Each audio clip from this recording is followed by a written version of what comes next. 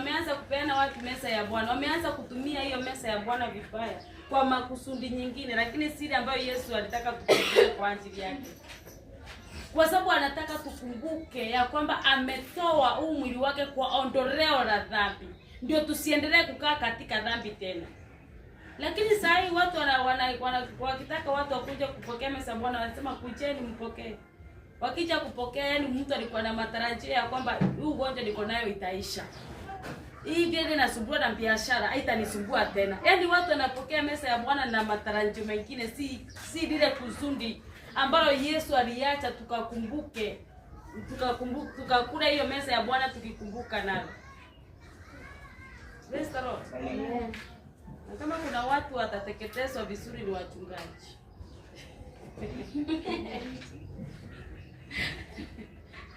Kwa sababu sisi ndio tumepoteza washirika, tumepoteza ni kondoo wa Mungu kabisa. Tumewapotosha. Kama ni kuwapotosha.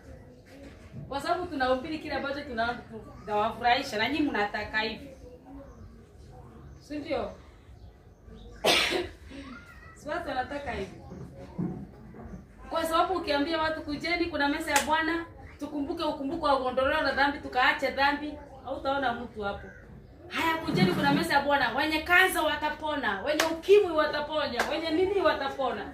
Lakini hakuna mtu anayeambia watu mkumbuke ondoleo, tukakumbuka kifo cha Yesu Kristo, alikufa kwa ajili ya ondoleo la dhambi, tukaache dhambi.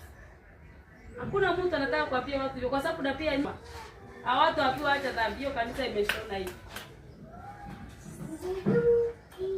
Si ndio? Lakini acha msinipende. Lakini nitawaambia ukweli kwa sababu mimi nataka kwenda mbinguni. Natengeneza njia yangu kama mimi. Na kufundisha ukweli, na kufundisha kwa ajili ya faida yangu mimi mwenyewe. Na mwenye atapokea ukweli pia naye hatabarikiwa.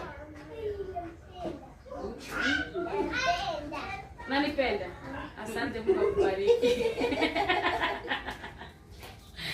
Manu na radio ya kuliko naye kwa hii kanisa. Manu, Mungu akubariki. Kwa sababu vile nasema kwamba wakilipokea neno lenu, wamenipokea mimi. Mkipokea ukweli mmempokea Yesu. Si ndio ati niende kinyume na neno la Mungu niumbile vile maandiko yasemi ndio mnipokee. Huyo si Yesu mnayempokea, mnapokea huyo mchungaji. Mchungaji ambaye ameshakuwa kipofu na nyinyi vipofu, mwende nyote.